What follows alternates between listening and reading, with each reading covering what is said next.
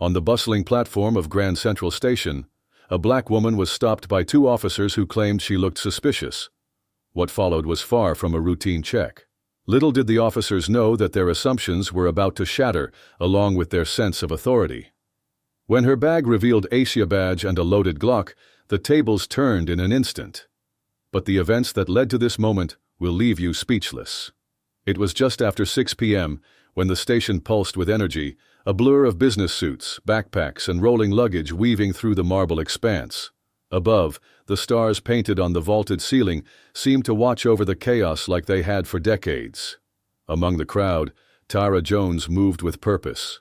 At 38, she wasn't loud or flashy, but there was something about the way she walked, precise, calm, and aware, that made people take notice. Her navy blazer and pencil skirt fit perfectly. Her boots made a clean sound on the tile, and her bag rested on her shoulder like it belonged there.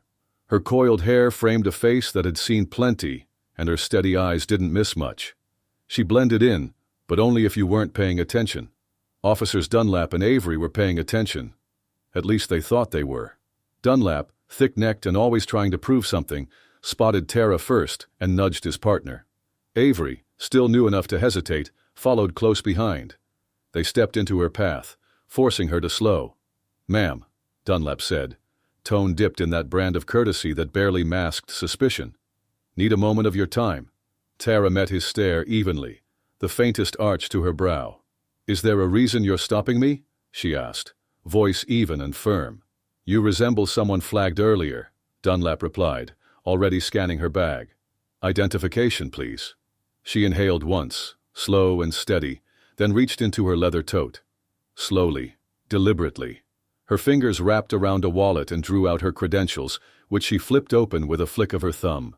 The glint of the badge caught both officers off guard. Homeland Security. Beneath the badge was a second ID, and beside it, the unmistakable silhouette of a Glock 19, safely holstered. Dunlap blinked. Avery froze. Tara didn't move. "I assume this concludes your check," she said, tucking the wallet back inside.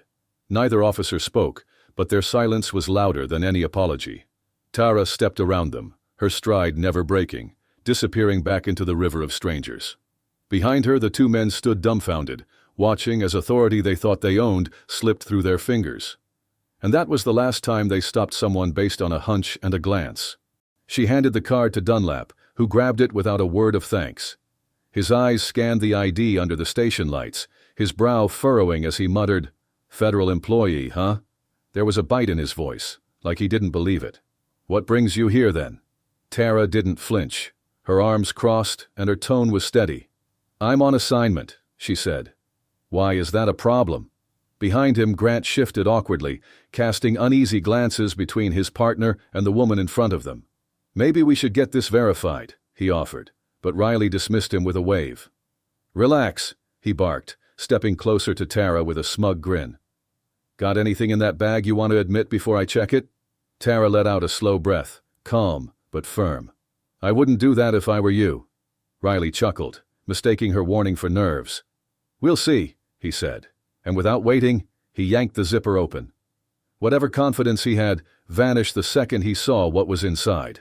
His hand hovered over a government badge, CIA credentials unmistakable under the light, and next to it, a Glock resting in a secured holster.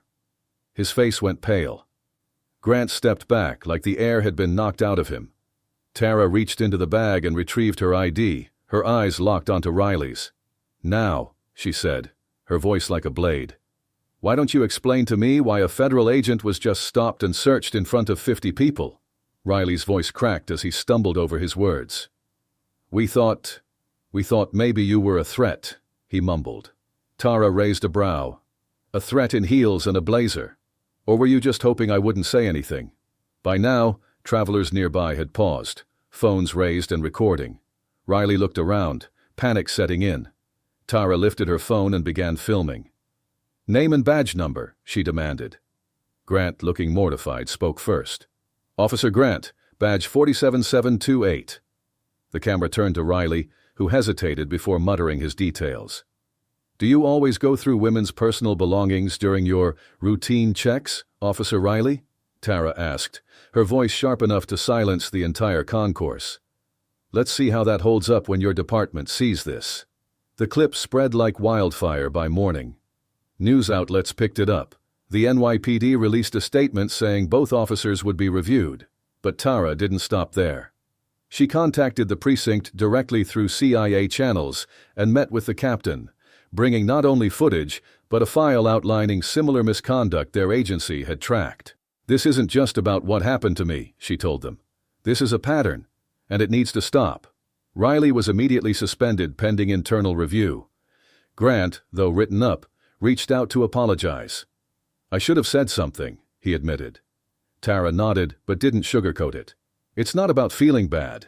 It's about making sure it doesn't happen again. Days later, Tara passed through the same terminal, this time unnoticed. She found her seat on the train, the city rolling by outside the window. A text buzzed on her phone. Mission complete. Good work. She smiled. What started as a moment of disrespect had turned into a wave of accountability.